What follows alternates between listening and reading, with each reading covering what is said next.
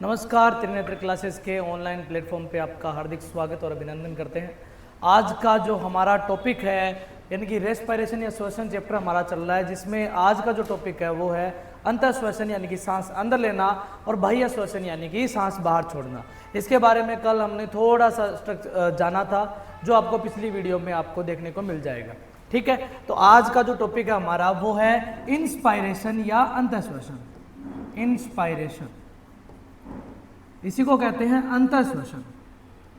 अंतःश्वसन अंतःश्वसन का अर्थ होता है कि सांस अंदर लेना। अंतःश्वसन का अर्थ होता है सांस अंदर लेना। इसे निःश्वसन के नाम से भी जाना जाता है। ठीक है, अब हमें सबसे पहले ले चलते हैं आपको कि किस तरह से हमारे शरीर में जो है अंतःश्वसन की घटना घटित होती है। देख लीजिए, ये जो तुम्हें दिख रही है इसे कहते हैं रीढ़ की हड्डी। रीढ़ की हड्डी वर्टिब्रल कॉलम के नाम से भी जानते हैं इसको, या स्पाइनल कॉर्ड इसके अंदर रहता है। और ये जो आगे वाले भाग है इसे कहते हैं उरोस्थी। उरोस्थी का दूसरा नाम होता है स्टर्नम। स्टर्नम और रीढ़ की हड्डी से और उरोस्थी तक जो है स्ट्रक्चर बने होते हैं जिन्हें हम कहते हैं पसलियां, रिब्स या पसलियां। इस तरह से पसलियों की जो संख्या पाई जाती है वो होती है 12 जोड़ी। 12 जोड़ी जो है हमारे शरीर में पसलियां पाई जाती है। और जस्ट इसके नीचे की तरफ जो लटकी जो संरचना पाई जाती है उसे हम कह देते हैं डायफ्राम। इस तरह से डायफ्राम रहता है। ये जो है आपका डायफ्राम हो गया। डायफ्राम डायफ्राम के नाम से जानते। और उसके ऊपर की जो स्ट्रक्चर दिख रही है आपको, यहां पे एक एस आकार की बोन पाई जाती है और इस बोन का नाम देते हैं क्लेविकल। क्लेविकल क्लेविकल इसी का ही दूसरा नाम है कॉलर बोन। Collar bone. और इसके अंदर की तरफ जो संरचना पाई जाती है उसे हम लंग्स या फेफड़े कहते हैं। इस तरह से फेफड़े हैं, देखो ये जो आपको दिख रहे हैं ये है फेफड़े। ये लंग्स या फेफड़े। ये इस तरह से जो है हमारी बॉडी में पूरा का पूरा जो है बॉडी में या अपने फेफड़े जो है स्थित रहते हैं। और ये जो कैविटी है इसको कहते हैं हम थोरेसिक कैविटी यानी कि बक्सगुआ। बता दें सबसे पहले कि आपको ये जो हड्डी दिख रही है यहां से यहां तक, इस हड्डी का नाम होता है स्टर्नम या उरोस्थी। सबसे मुलायम हड्डी है, कैंची से भी काटेंगे तो कट जाएगी। और उसके जस्ट अपोजिट देखेंगे यहां पे आपको दिख रहा होगा ये जो है वो है रीढ़ की हड्डी। ठीक है, और साइड वाले भाग में यहाँ पे पसलियां पाई जाती है। और पसलियां जो होती है 12 जोड़ी होती है, उनके बारे में अपन स्केलेटन सिस्टम अलग से चैप्टर है उसमें पढ़ लेते हैं। ठीक है, उसके बाद ये जो आपको यहाँ पे जो हड्डी दिख रही है यहाँ पे, इस हड्डी का नाम होता है क्लेविकल या कॉलर बोन, और इसी बोन का नाम दे देते हैं ब्यूटी बोन। ठीक है, इसके ही 3 नाम है और कमजोर हड्डी है, अगर मुक्का मारेंगे तो टूट जाएगी। और जस्ट नीचे की तरफ जो है ये रहता है डायफ्राम। और डायफ्राम का एक ही काम है कि श्वसन जब भी आएगा, सांस अंदर लेगा तो उसमें काम आएगी और बाहर छोड़ेगा तो उसमें काम आएगी। इस तरह से ये जो पूरा प्रोसेस होता है। और इसके अंदर की तरफ जो रहते हैं वो रहते हैं फेफड़े। और फेफड़े जो होते हैं वो पसलियों से जुड़े हुए होते हैं। और पसलियों में 2 प्रकार की पेशियां पाई जाती है। उनको कौन कौन सी पेशियां कहते हैं मैं साइड में लिख देता हूं। देखिए, एक को कहते हैं बाह्य अंतरापरशुक पेशियां। बाह्य अंतरापरशुक पेशियां। अंतरापरशुक पेशियां, इसको इंग्लिश में बोला जाता है एक्सटर्नल इंटरकोस्टल मसल्स, EICM इसे कहा जाता है एक्सटर्नल इंटरकोस्टल मसल्स। इसे बोलते हैं EICM, एक्सटर्नल इंटरकोस्टल मसल्स। ठीक है, और अंदर की तरफ जो होती है पेशियां उसको कहते हैं IICM, इंटरनल इंटरकोस्टल मसल्स। इन्हें कहते हैं आंतरिक अंतरापरशुक पेशियां। तो 2 प्रकार की जो पसलियों से जो पेशियां जुड़ी होती है उनको बाह्य अंतरापरशुक पेशियां और आंतरिक अंतरापरशुक पेशियों के नाम से जाना जाता है। ठीक है, अब देखिए सबसे पहले जो अंतःश्वसन की घटना घटित हो रही है इसमें क्या होता है। सबसे पहले जो हमारा जो डायफ्राम है वो नीचे की तरफ गति करता है। हमें याद है कि डायफ्राम की जो सामान्य अवस्था में अपनी शेप देखी थी, नीचे की ओर गति, डायफ्राम की सामान्य अवस्था में शेप देखी थी हमने कि ये जो डायफ्राम होता है वो डोम शेप होता है, डोम शेप बोलते थे हमने, गुंबदाकार, डोम शेप, गुंबदाकार जो है डायाफ्राम पाया जाता है। तो अंतःश्वसन में डायाफ्राम जो है इस तरह से होता है और नीचे की तरफ गति करता है, ऐसे ऐसे नीचे, नीचे की तरफ। तो डायाफ्राम जाता है नीचे की ओर, इस तरह से गति करता है। इसकी गति के साथ ही ये ऊपर वाला भाग हो गया, ऊपर, यह नीचे। तो ऊपर और नीचे की तरफ का जो है आयतन बढ़ जाता है। जैसे डायफ्राम नीचे आता है, ऊपर नीचे का जो आयतन है वो बढ़ जाता है। और उसके बाद ये जो उरोस्थी है ना, उरोस्थी जो है वो गति करती है बाहर तथा ऊपर की ओर।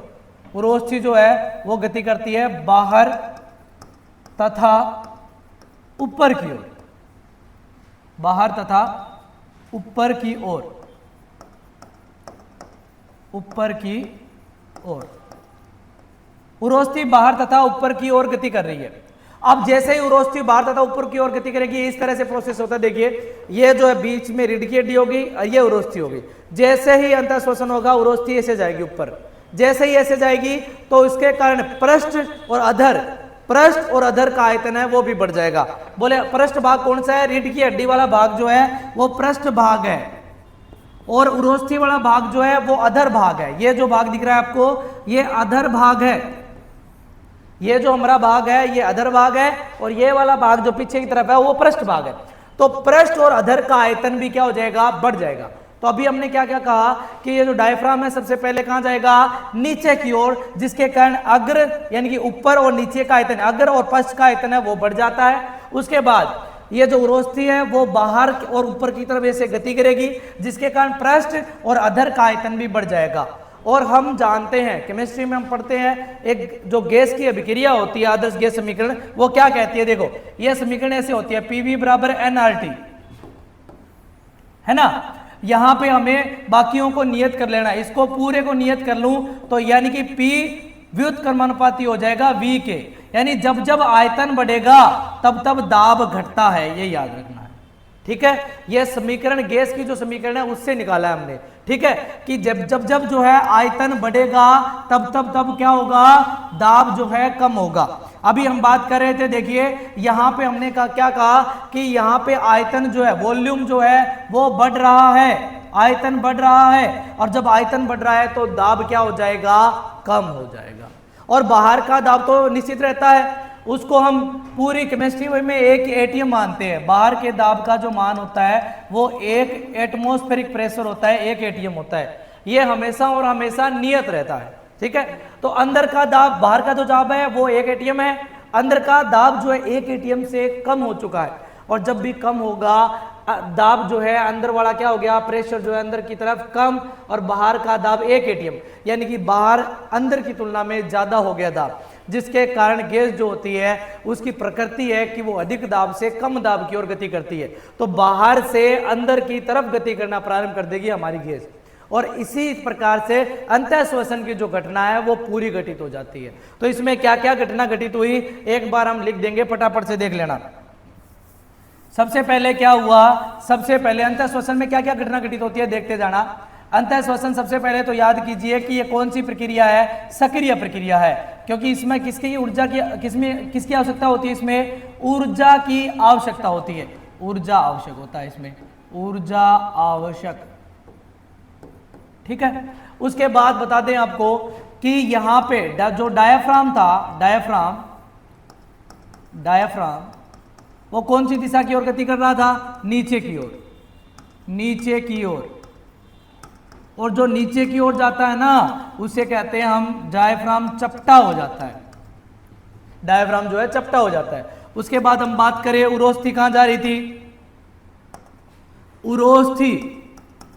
उरोस्थी या स्टर्नम ये बाहर तथा ऊपर की ओर गति कर रही थी, बाहर तथा ऊपर की ओर गति कर रही थी, जिसके कारण क्या हुआ? अब अंतिम रूप से क्या हुआ? इन सभी की क्रिया के कारण क्या हुआ? आयतन जो है, आयतन वो क्या हो गया, इंक्रीज हो गया, बढ़ गया, वॉल्यूम इंक्रीज। और जब वॉल्यूम इंक्रीज होता है, आयतन इंक्रीज होता है, बढ़ता है, तो दाब क्या हो जाएगा, दाब हो जाएगा कम। आयतन बढ़ता है तो दाब कम हो जाता है। उसके बाद क्या घटना घटित हुई कि बाहर का जो दाब था, बाहर का दाब, बाहर का दाब, ये तो कोई माई का लाल नहीं बदलता, 1 एटीएम है, इसका मान जो है 1 एटीएम है भाई, 1 एटीएम निश्चित मानते हैं। अंदर का दाब बाहर के दाब की तुलना में क्या हो गया, कम। तो अंदर का दाब क्या हो गया, बोलो, अंदर का दाब, अंदर का दाब 1 एटीएम से क्या हो गया प्यारे बच्चों, कम हो गया। और जैसे ही कम हुआ, अंदर का दाब कम हुआ, तो गैस की प्रकृति है कि वो अधिक दाब से कम दाब की ओर जाएगी। यानी कि गैस कहां जाती है, गैस जाती है, गैस अधिक दाब से, मोर प्रेशर टू, अधिक दाब से कम दाब, more pressure to lower pressure, कम दाब, अधिक दाब से कम दाब की ओर जाती है, ये गैस की प्रकृति होती है। तो अब क्या हुआ, बाहर का दाब ज्यादा, अंदर का दाब कम, गैस जो है बाहर से कहां आएगी, अंदर। और इसी प्रकार से हमारा पहली जो घटना है अंतःश्वसन, वो कंप्लीट हो जाता है, पूर्ण हो जाता है, अंतःश्वसन पूर्ण हो जाता है। और इस पूर्ण होने में हो जाता है, इस पूर्ण होने में जो समय लगता है प्यारे बच्चों, वो समय लगता है 3 सेकंड, 3 सेकंड का समय लगता है, 3 सेकंड का समय लगता है। और ये एक प्रकार की कौन सी क्रिया है, सक्रिया है, यानी कि एक्टिव प्रोसेस है, सक्रिय प्रक्रिया है। ये जो आपके सामने तमजमिया दिख रहा है वो पूरा अंतःश्वसन में क्वेश्चन है। ठीक है जी। अब आते हैं हम नए टॉपिक पे जिसका नाम है बाह्य श्वसन। यानी अभी हमने सांस अंदर ले लिए, सांस अंदर भर गई है, फेफड़ों में भर गई है, अब हमें सांस को बाहर छोड़ना है, तो उस प्रोसेस को बोलते हैं बाह्य श्वसन, बाह्य श्वसन। और इंग्लिश में बोलते हैं इसको एक्सपायरेशन, एक्सपायरेशन, एक्सपायरेशन या बाह्य श्वसन। अब क्या घटना घटित हो चुकी है, वापिस से देखिए, वो चित्र दिखाता हूं मैं आपको जहां से हमने प्रारंभ किया था। देखिए इसमें क्या क्या हो गया, डायफ्राम नीचे जा चुका है, उरोस्थी ऊपर जा चुकी है, अब उरोस्थी को वापस नीचे लाना है, डायफ्राम जो नीचे गया था उसको ऊपर लाना है। तो अब क्या क्या घटना होगी, देखिए यहां पे वापस से बना रहे हैं वो डायग्राम, ये रही हमारी रीढ़ की हड्डी, ये रही हमारी उरोस्थी, ये जो दिख रही है आपको ये पसलियां, ये पसलियां, और इसके बाद यहां पे जो आपको दिख रहा है ये जो है वो डायाफ्राम है, डायाफ्राम चपटा हो चुका है, नीचे जा चुका है। अब डायाफ्राम ये जो आपको दिख रहा है ये डायाफ्राम है, पहले पोजीशन कौन सी है डायाफ्राम की, नीचे जा चुका है, नीचे जा चुका है। ठीक है। हमारी जो उरोस्थी है, उरोस्थी, उरोस्थी कहां जा चुकी है भाई, बाहर तथा ऊपर की ओर, बाहर तथा ऊपर जा चुकी है, जा चुकी है। और ऊपर की तरफ जो हड्डी दिख रही थी आपको, ये कौन सी है, क्लेविकल, क्लेविकल, इसी का ही दूसरा नाम क्या था, कोलर बोन, कोलर बोन, और इसी का ही नाम था ब्यूटी बोन। ठीक है। और ये जो आपको पीछे की तरफ दिख रही है वो कौन है, रीढ़ की हड्डी, ये गति नहीं करती है, रीढ़ की हड्डी। ठीक है। डायफ्राम नीचे जा चुका है, उरोस्थी बाहर तथा ऊपर की हो चुकी है, और यहाँ पे जो आपको संरचना दिख रही है वो कौन है, फेफड़े की, और फेफड़े फूल चुके हैं, अंदर की तरफ हवा भर चुकी है फेफड़ों में। अब क्या होगा, देखिए बाहर का दाब आज भी उतना ही है जब जो जितना पहले था, 1 एटीएम। अब क्या होगा, अंदर की तरफ हवा आ चुकी है, फेफड़े फूल चुके हैं, उरोस्थी सबसे पहले गति करना प्रारंभ करेगी। उरोस्थी कहां जाएगी, उरोस्थी पहले बाहर थी तो अब जाएगी ये अंदर तथा, अंदर तथा, ऊपर थी तो नीचे की ओर, अंदर तथा नीचे की ओर, अंदर तथा नीचे की ओर, उरोस्थी अंदर तथा नीचे की ओर गति करती है। हमारा डायफ्राम नीचे जा चुका था, चपटा हो चुका था, डायफ्राम अब कहां जाएगा, ऊपर जाएगा। तो डायफ्राम, डायफ्राम कहां जाएगा अब, ऊपर की ओर, ऊपर की और, यानी पहले डायफ्राम चपटा हुआ था, अब डायफ्राम स्थिलित हो जाएगा, रिलैक्स हो जाएगा। स्थिलित, स्थिलित यानी कि रिलैक्स, रिलैक्स। पुनः कौन सी आकार में आ जाएगा? ये डोम शेप में आ जाएगा, डोम शेप, गुंबदाकार आकार जो था इसका पहले से, वैसे आकार में आ जाएगा। अब देखिए पहले ऐसे हो रखा है डायफ्राम, अब धीरे धीरे ऊपर जा रहा है। उरोस्थी ऊपर जा चुकी थी, नीचे आ रही है, उरोस्थी ऐसे नीचे की तरफ आ रही है, डायफ्राम ऊपर की ओर जा रहा है। इसके कारण क्या हो रहा है? इसके कारण आयतन कम हो रहा है। और याद रखना, जब जब आयतन कम होता है तब तब दाब क्या होता है? बढ़ता है। और दाब बढ़ गया, आयतन कम हो गया, और बाहर का दाब आज भी उतना है जितना पहले था। अब बाहर की तुलना में अंदर का दाब जो है बढ़ चुका है, और जब बढ़ चुका है तो याद रखना, हमें पता है गैसें हमेशा अधिक दाब से कम दाब की ओर जाती है, अधिक दाब से कम दाब की ओर, अधिक दाब से कम दाब की ओर, कम दाब। और अब क्या हो गया? अब दाब बढ़ गया तो जिसके कारण गैसें कहाँ आएगी? बाहर। ये लो भाई साहब, बाहर आ गई, ये लीजिए बाहर आ गई। और बाहर आते ही इसी प्रोसेस को बोलते हैं हमें बाह्य श्वसन, सांस छोड़ना, उच्च श्वसन, एक्सपायरेशन, ये प्रोसेस होता है। ठीक है जी। इसमें आपको एक और बता देता हूं बात जो काम आएगी, वो ये है, देखिए जब भी हम सामान्य सांस लेते हैं, सामान्य सांस लेते हैं, श्वास लेते हैं, तो हम केवल और केवल डायफ्राम की मूवमेंट करते हैं। डायफ्राम ऊपर नीचे ये होता है। तो सामान्य श्वास में क्या आता है प्यारे बच्चों? डायफ्राम गति करता है, गति करता है। लेकिन लेकिन जो महिलाएं प्रेग्नेंट है,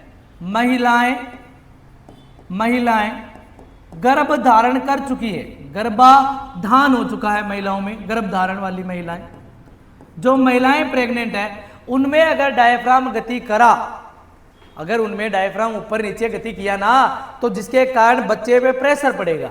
ठीक है, तो इसीलिए याद रखना, जो गर्भ धारण वाली महिलाएं हैं, जो प्रेग्नेंट लेडीज है, उनमें कभी भी इस प्रकार का डायफ्राम का श्वसन नहीं होता। उसमें कौन सा श्वसन होता है प्यारे बच्चों? उदरीय श्वसन होता है। याद रखना, उदरीय श्वसन, इसे कहते हैं एब्डोमिनिमल रेस्पिरेशन, एब्डोनिमल